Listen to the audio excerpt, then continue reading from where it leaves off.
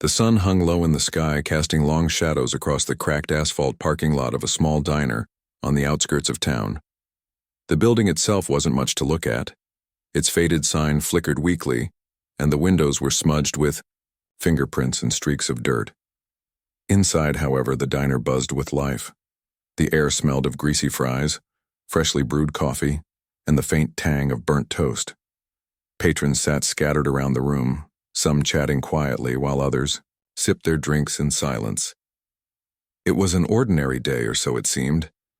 In one corner of the diner, tucked away near the window, sat a young girl. She couldn't have been older than 12, her delicate features framed by soft brown hair tied neatly into a ponytail.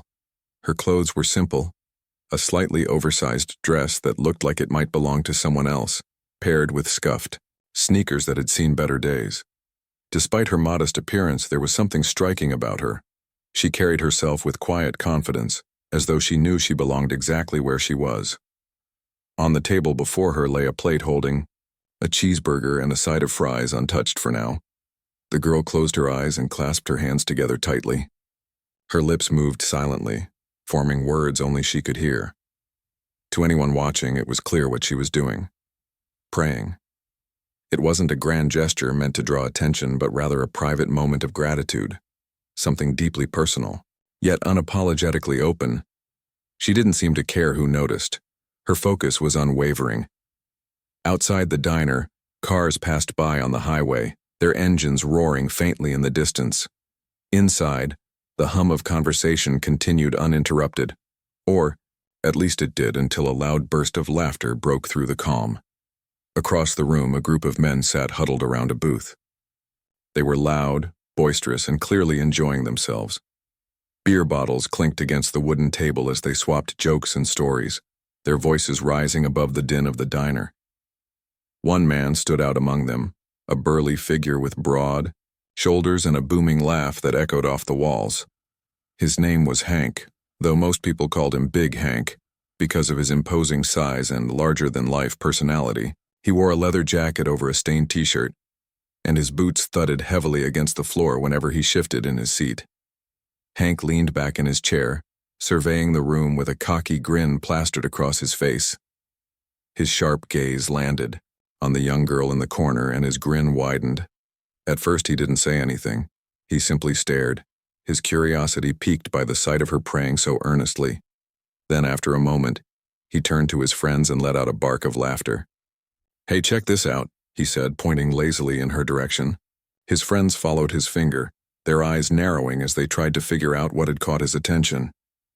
When they saw the girl, they chuckled too, exchanging amused glances. "What's she doing?" one of them asked, his tone teasing. "Looks like she's talking to herself," another replied, earning more laughs from the group. Hank shook his head, still grinning. "Nah, I think she's praying," he said, dragging out the word praying as if it were ridiculous. "Who even does that anymore? Kid probably thinks God's gonna swoop down and turn her burger into manna or something."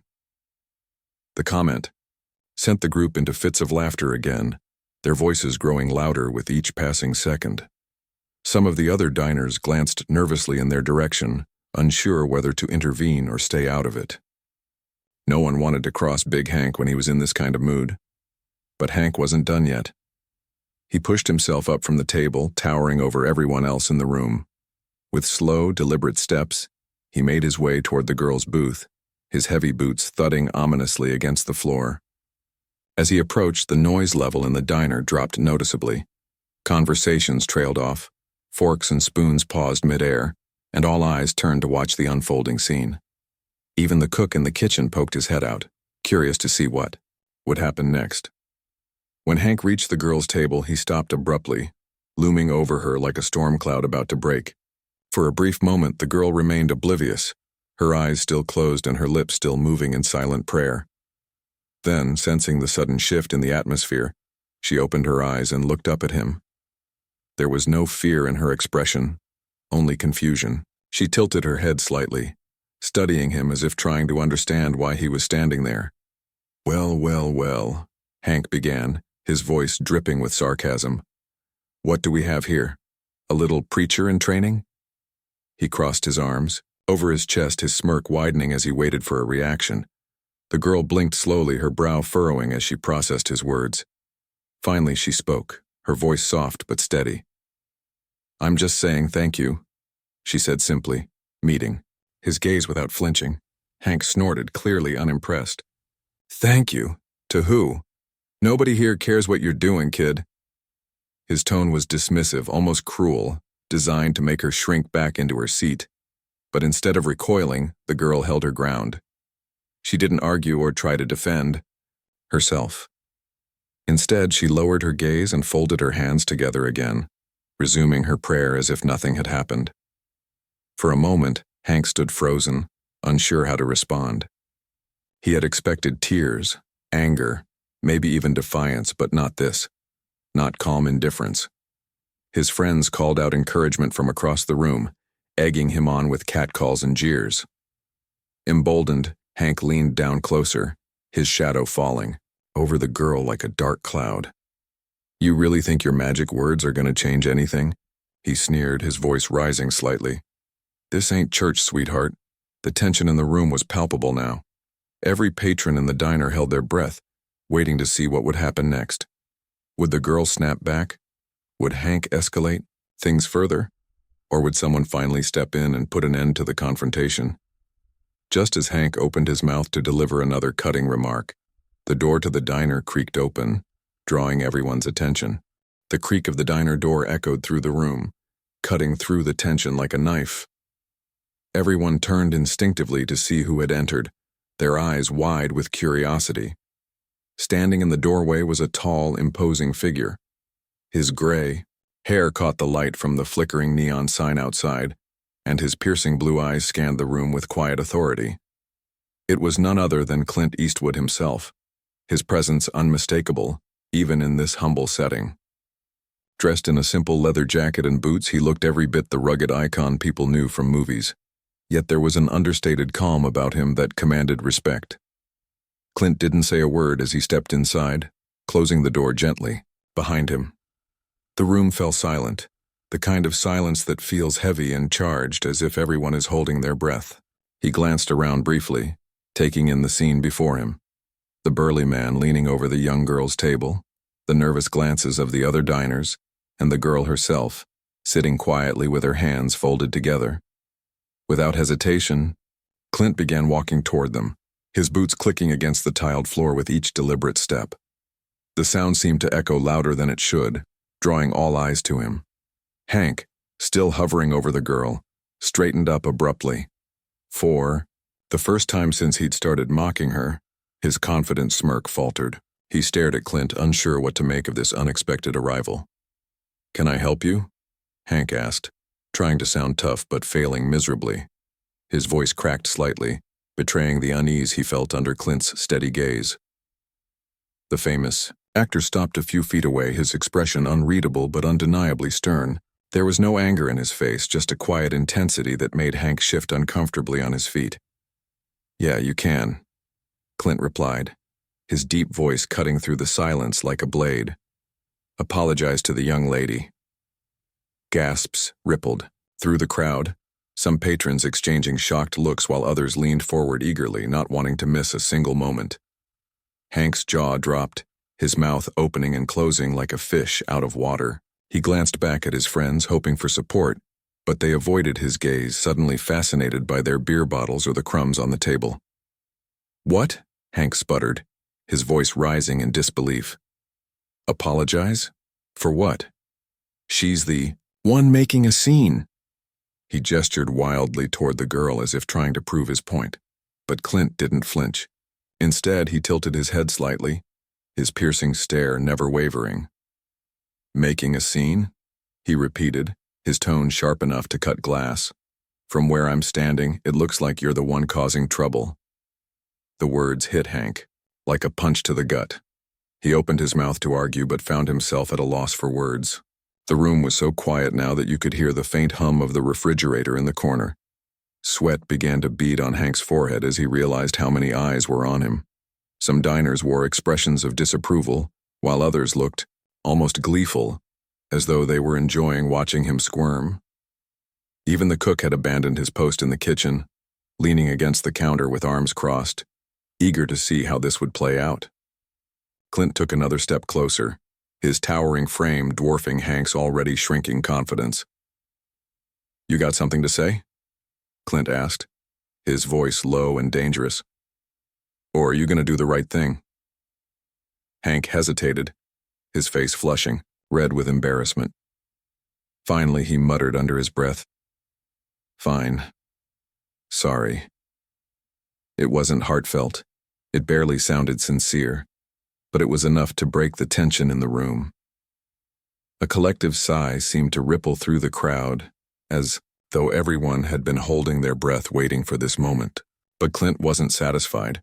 He stepped even closer, leaning in until he was inches away from Hank's face.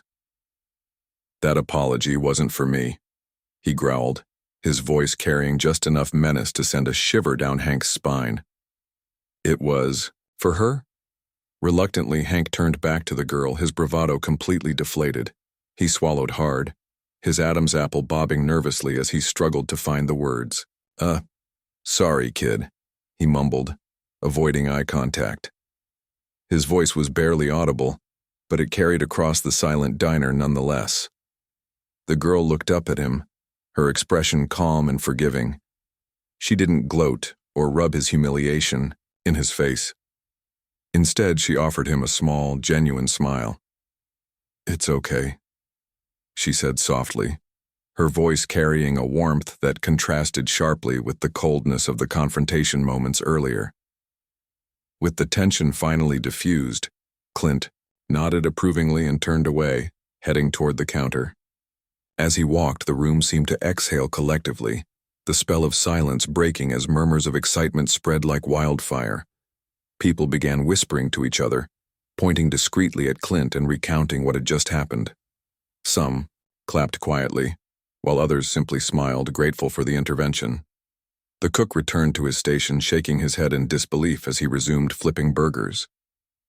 Meanwhile, Hank slunk back to his table, his shoulders hunched and his head bowed. His friends greeted him with awkward pats on the back, but none of them dared to joke about what had happened. The mood at their booth had shifted dramatically, replaced by an uncomfortable quiet. At her table, the girl returned to her meal, unfazed by the earlier disturbance. She picked up a fry and nibbled on it thoughtfully, as if nothing unusual had occurred. But despite her outward calm, there was a subtle change in her demeanor, a newfound sense of peace perhaps, or maybe just relief that the ordeal was over. Around her, the diner slowly returned to normal. Conversations resumed, forks scraped against plates, and the gentle clink of coffee cups filled the air once more. As Clint settled into a stool at the counter, the waitress approached him cautiously, her pen poised above her notepad. "What can I get for you, sir?" she asked, her voice tinged with awe. Clint gave her a faint smile, tipping his hat slightly. "Just a cup of coffee, please," he said, his tone polite but firm. She nodded quickly and scurried off to fetch it, clearly starstruck by the legendary actor sitting in her section. While she worked, Clint glanced around the room again, his gaze lingering briefly on the young girl. She met his eyes for a moment, offering him a shy smile before returning to her food. The atmosphere in the diner had changed entirely. What had started as an ordinary evening had transformed into something extraordinary, thanks to Clint's unexpected arrival. People whispered excitedly, speculating about whether the whole thing had been staged or if fate had simply decided to intervene. Either way, no one would forget what had happened here tonight. The day a Hollywood legend walked into a sleepy roadside diner and stood up for a young girl who refused to be intimidated. And as the night wore on, the story continued to spread, passed from person to person like a cherished tale. By the time Clint finished his coffee and tipped his hat goodbye, the diner was buzzing with energy. The young girl watched him leave, her heart full of gratitude.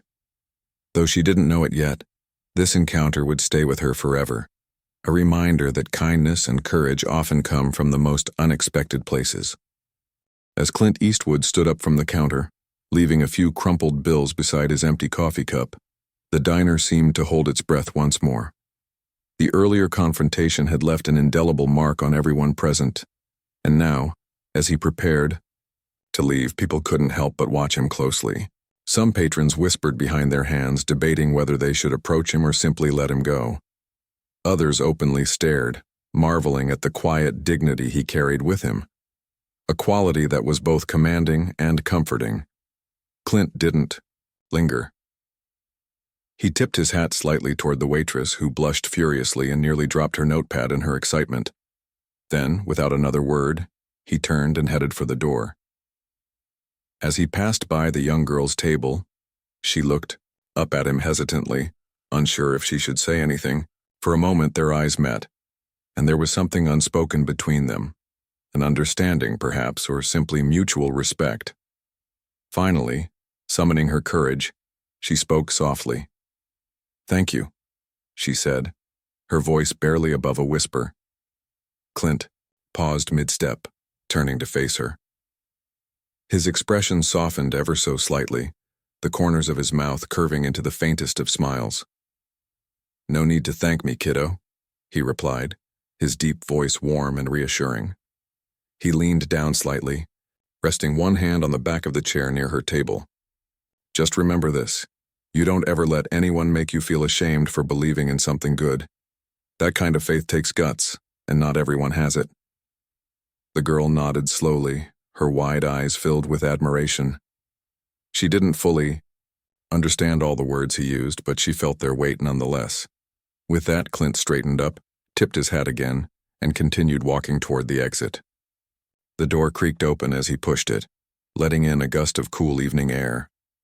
Before stepping outside, he glanced back one last time, his piercing blue eyes sweeping across the room.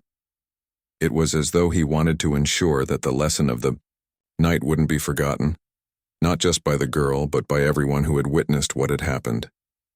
And then, with a final nod, he disappeared into the twilight, leaving behind a diner full of stunned and reflective faces. The silence that followed his departure was different from the tense hush earlier. This time it felt contemplative, almost reverent. People exchanged glances, some smiling faintly while others shook their heads in disbelief.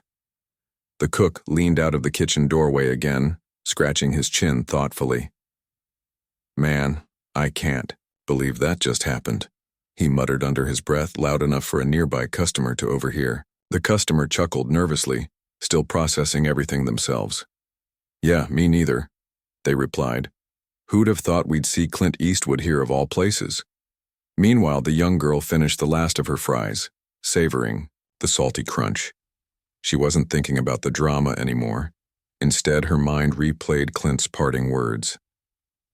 Believing in something good. She liked the sound of that.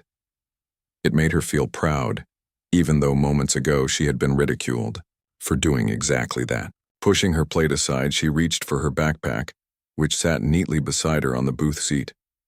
Inside were a few school books and a small notebook where she jotted down thoughts and drawings. Carefully, she pulled out the notebook and flipped. It opened to a blank page. With a pencil stub she kept tucked in the spine, she began to write. At first, it was just a few sentences about how she came to the diner after a long day, how some men laughed at her when she prayed, and how a stranger stepped in to defend her. But as she wrote, the words flowed more freely, spilling onto the page like water from an overflowing cup. She described Clint's calm authority, his unwavering support, and the way he reminded her that believing in goodness mattered. By the time she finished, the page was filled with neat handwriting, each line brimming with emotion.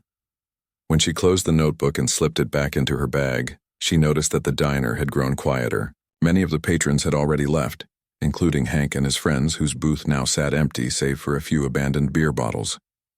The waitress moved around the room, clearing tables and stacking dishes, humming softly to herself. She caught sight of the girl packing up and walked over with a gentle smile. "All done, sweetheart?" she asked kindly, reaching for the plate. The girl nodded, sliding off the booth seat. "Yes, ma'am, thank you." "You're welcome," the waitress replied warmly. Then, lowering her voice slightly, she added, "And don't pay any attention to those guys earlier. They're just, well, they're not worth your time." The girl smiled, grateful for the kindness. "I know," she said simply. With that, she slung her backpack over her shoulder and headed for the door. Outside, the sky had darkened further, dotted with stars that twinkled faintly against the vast expanse. A light breeze rustled the leaves of nearby trees, carrying with it the scent of pine and damp earth. The girl paused for a moment, taking it all in. Despite the events of the evening, she felt strangely at peace. Maybe it was because she knew she hadn't done anything wrong. Or maybe it was because someone like Clint Eastwood had taken the time to stand up for her. Whatever the reason, she felt stronger somehow, as if she'd learned something important, without even realizing it. She started walking down the road, her sneakers scuffing lightly against the pavement. Her house wasn't far from the diner, just a short 10-minute walk through the quiet neighborhood. Streetlights cast pools of golden light along the sidewalk, illuminating her path. As she walked, she replayed the night's events in her mind, piecing them together like fragments of a puzzle. There was the mocking laughter, the harsh words, the humiliating stares, but also the quiet strength of a stranger who refused to let cruelty go unchecked. By the time she reached her front porch, her heart felt lighter than it had in days. She climbed the steps slowly, listening to the familiar creak of the wood beneath her feet. The house was dark inside, save for a soft glow coming from the living room window.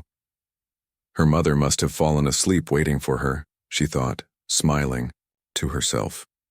Quietly, she opened the door and stepped inside, careful not to wake anyone.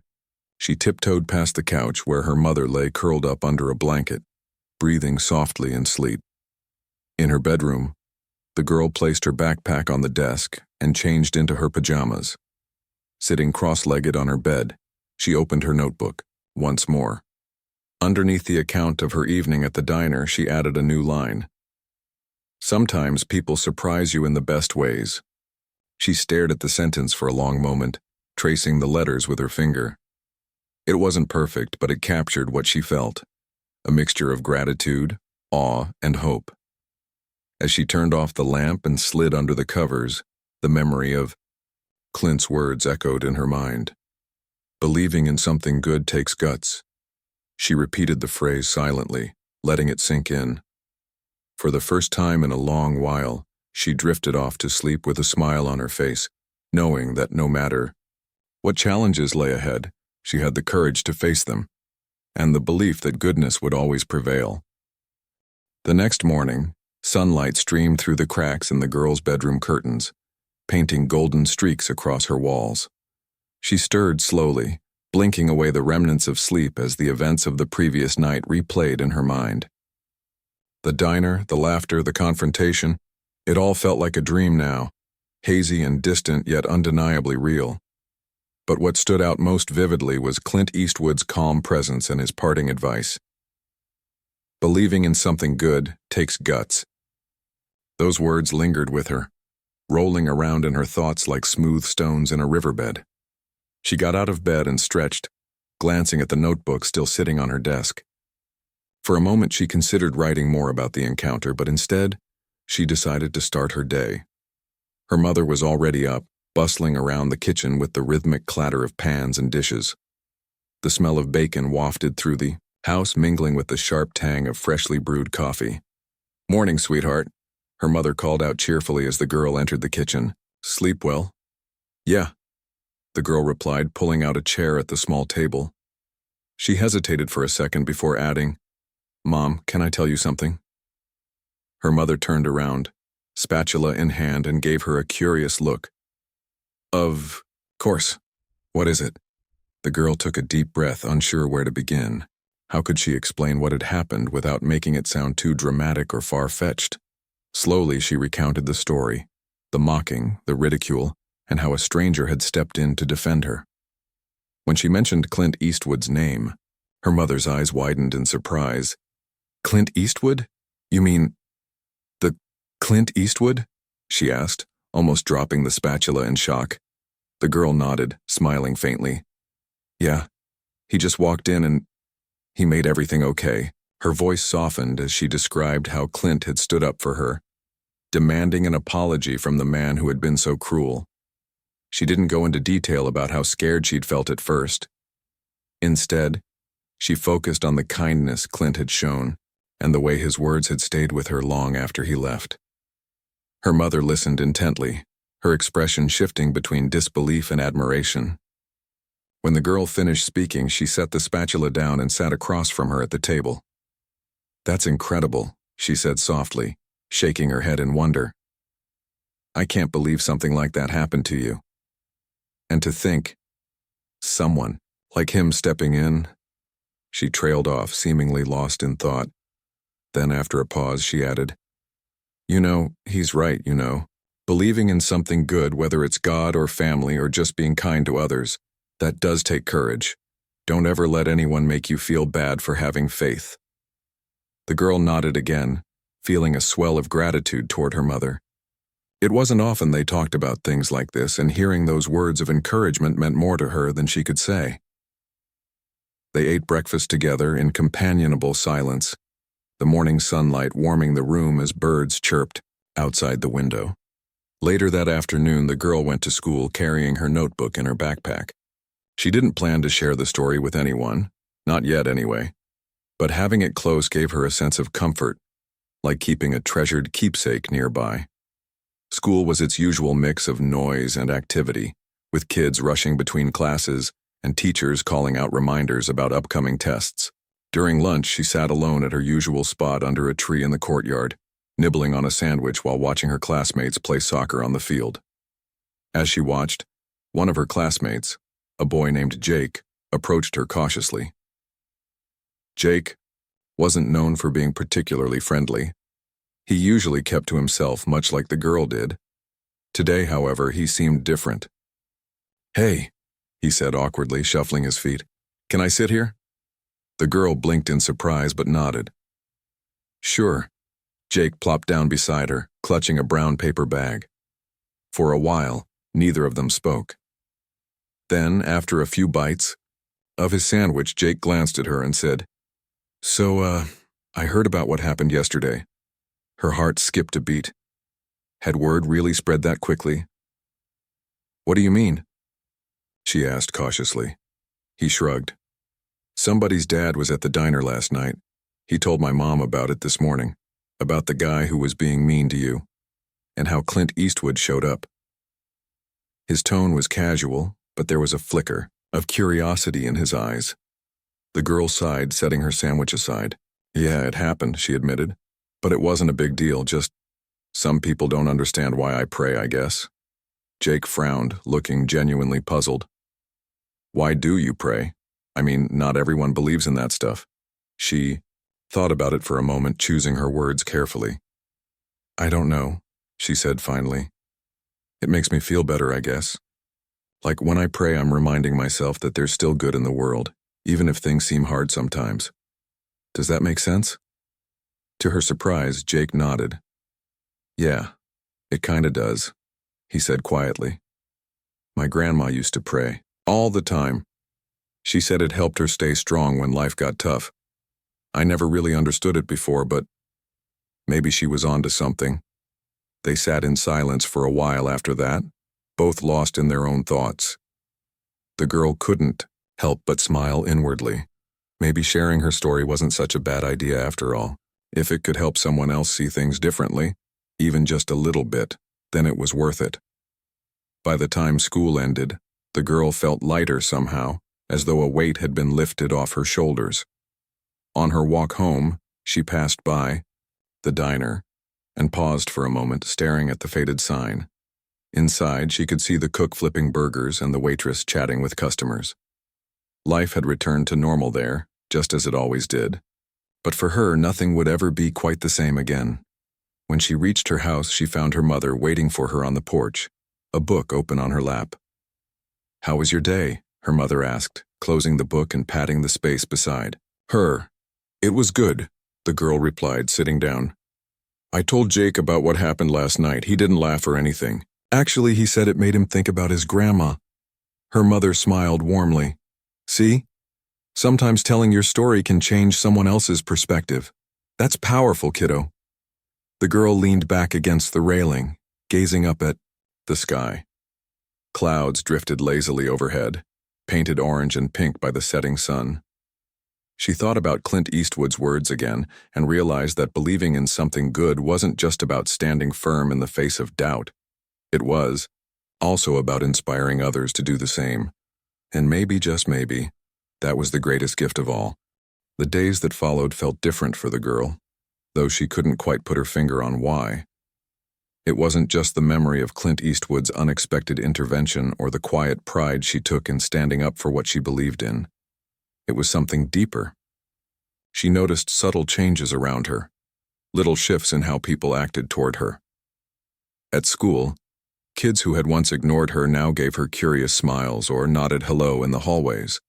Even teachers seemed to pay closer attention, offering encouraging words when they handed back assignments or during class discussions. One afternoon, as she walked home from school, a group of older students called out to her from across the street. "Hey, aren't you the girl who met Clint Eastwood?" One of them shouted, grinning widely. The girl stopped in her tracks, unsure how to respond. Before she could say anything, another voice chimed in. "Yeah, I heard about that. That's so cool." This time, the tone wasn't mocking or teasing, it was genuine admiration. For a moment, she stood frozen, clutching her backpack straps tightly. Then, summoning her courage, she smiled faintly and nodded before continuing on her way. By the time she reached her house, her cheeks were flushed with a mix of embarrassment and pride. Inside, her mother greeted her with raised eyebrows. "What's got you all red-faced?" she teased gently.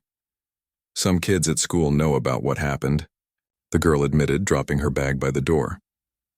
"They weren't mean or anything, they actually thought it was kind of amazing." Her mother chuckled, shaking her head. "Well, I guess news travels fast. Maybe you're becoming famous around here." The idea made the girl laugh nervously. Famous? Her? It sounded absurd, like something out of a movie. Yet, as the week went on, she realized her mother might have been right. People kept mentioning the story. Teachers, neighbors, even strangers at the grocery store. One evening, while helping her mother shop for groceries, an elderly woman approached them in the cereal aisle. "Excuse me," the woman said, peering at the girl over her glasses. "Aren't you the young lady who prayed at the diner? My granddaughter told me all about it." The girl blinked in surprise but nodded politely. "Yes, ma'am. Well, I just wanted to tell you how brave that was." The woman continued, her voice warm and sincere. "It's not easy to stay true to yourself when others try to tear you down. You should be proud." Proud. The word echoed in the girl's mind long after the woman had shuffled away. Was she proud? She hadn't thought about it that way before. Sure, she'd felt grateful and relieved when Clint stepped in, but pride wasn't something she associated with herself. Now, though, she began to see it differently. Pride wasn't about boasting or feeling superior. It was about recognizing your own strength, even when you didn't think you had any. That weekend, the girl decided to visit the diner again. It had become a sort of sanctuary for her, a place where she could reflect on everything that had happened. When she pushed open the door, the familiar jingle of the bell overhead announced her arrival.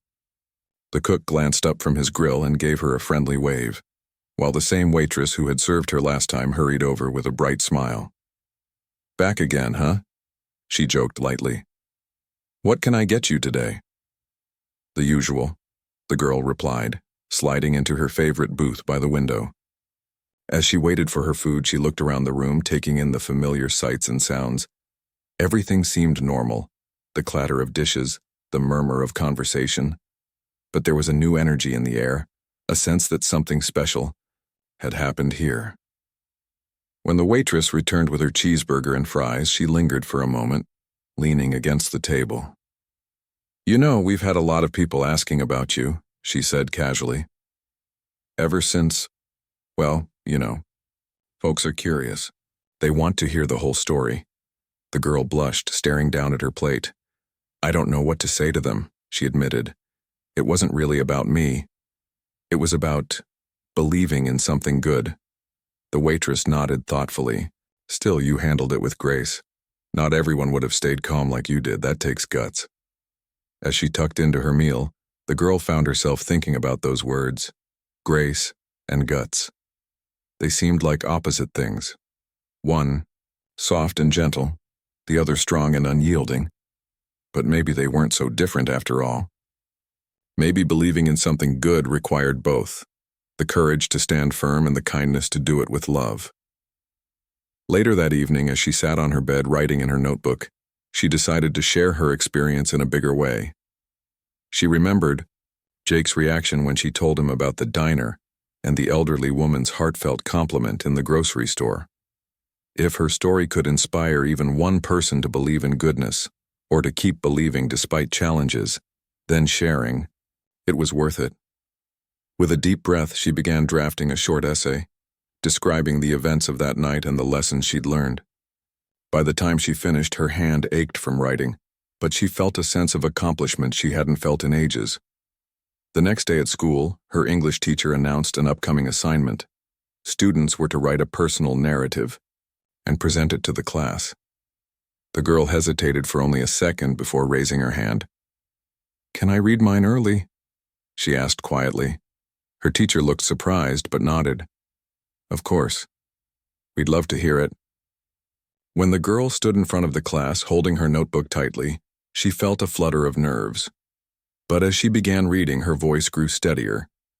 She recounted the ridicule she faced, Clint Eastwood's intervention, and the way it changed her perspective. When she finished, the room was silent for a beat before erupting into applause. Some classmates cheered, others simply smiled, their eyes shining with respect.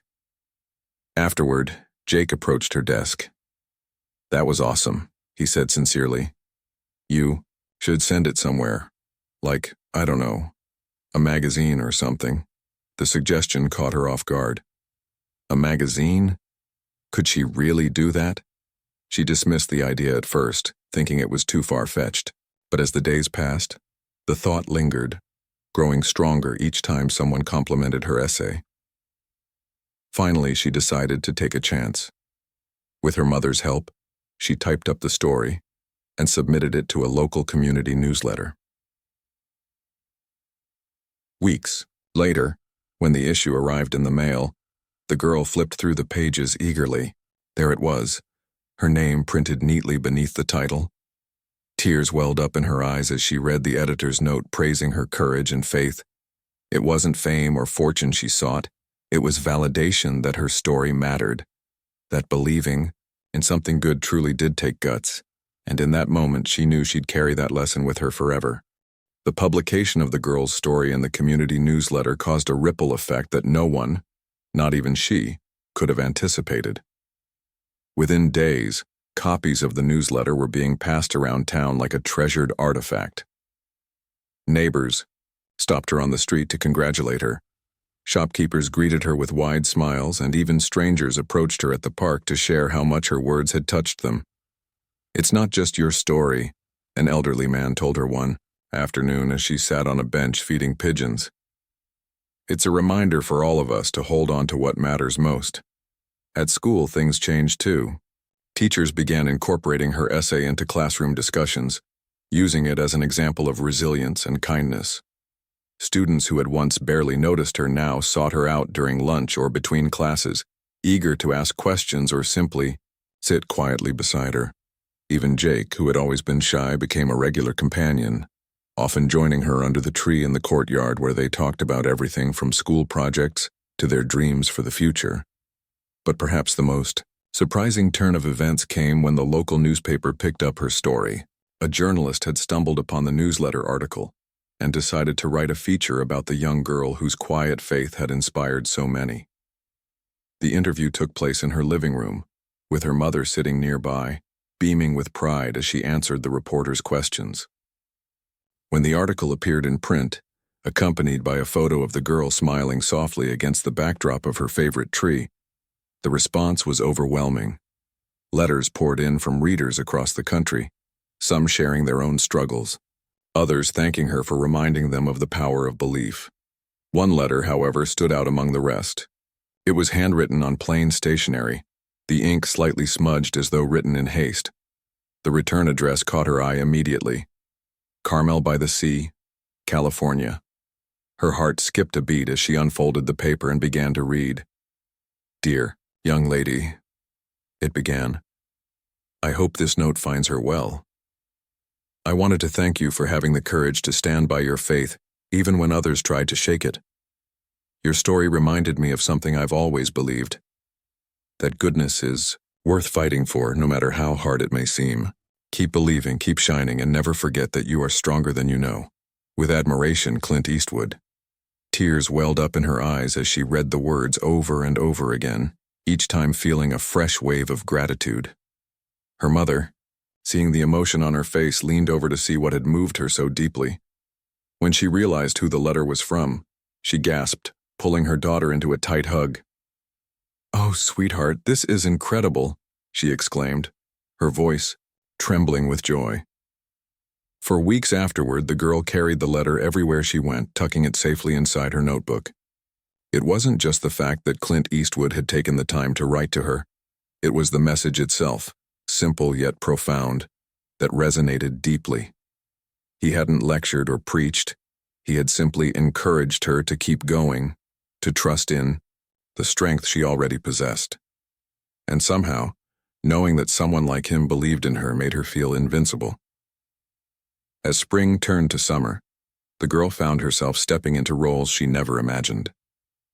She was invited to speak at community events, sharing her story with larger audiences who listened intently, their faces reflecting a mix of awe and inspiration. At first, public speaking terrified her. The thought of standing before dozens, sometimes hundreds of people made her stomach churn. But with each appearance, she grew more confident, drawing strength from the knowledge that her words could make a difference. Her newfound role as a speaker brought unexpected opportunities. A local church asked if she'd lead a youth group, discussion about faith and courage. A teacher proposed creating a school club focused on acts of kindness, with her as its honorary leader. Each invitation felt like a gift, a chance to spread the same message Clint had shared with her. Believing in something good takes guts, but it also brings hope. By the end of the summer, the girl had transformed in ways she couldn't have predicted. She was still the same quiet, thoughtful person she'd always been. But there was a spark in her now, a confidence that came from knowing she had something valuable to offer the world. Her relationship with her mother deepened too, as they spent hours talking about life, faith, and the importance of staying true to oneself. Together, they marveled at how one ordinary evening at a diner had led to such extraordinary outcomes. One crisp autumn morning, as she prepared to start 8th grade, the girl stood outside her house, gazing up at the sky. The air smelled of fallen leaves and wood smoke, and the trees lining the street glowed fiery shades of orange and red. In her hand, she held her notebook, now filled with new stories, reflections, and dreams. She thought about the journey she'd been on, the laughter, the tears, the lessons, and smiled to herself. Life wasn't perfect, and challenges would undoubtedly come her way again, but she knew she had the tools to face them: courage, faith, and the unwavering belief that goodness always mattered. As she walked toward the bus stop, she spotted Jake waiting for her at the corner. "Ready?" he asked, falling into step beside her. "Yeah," she replied, clutching her notebook tightly. "Let's go." Together they headed down the road, two kids navigating the ups and downs of growing up. Behind them, the rising sun cast long shadows, painting the world in hues of gold and promise. For the girl, it felt like a new beginning, one shaped by the kindness of strangers, the wisdom of heroes, and the unshakable truth that believing in something good could change not only her life, but the lives of those around her. And as she stepped onto the bus, ready to face whatever lay ahead, she knew she'd carry that lesson with her forever.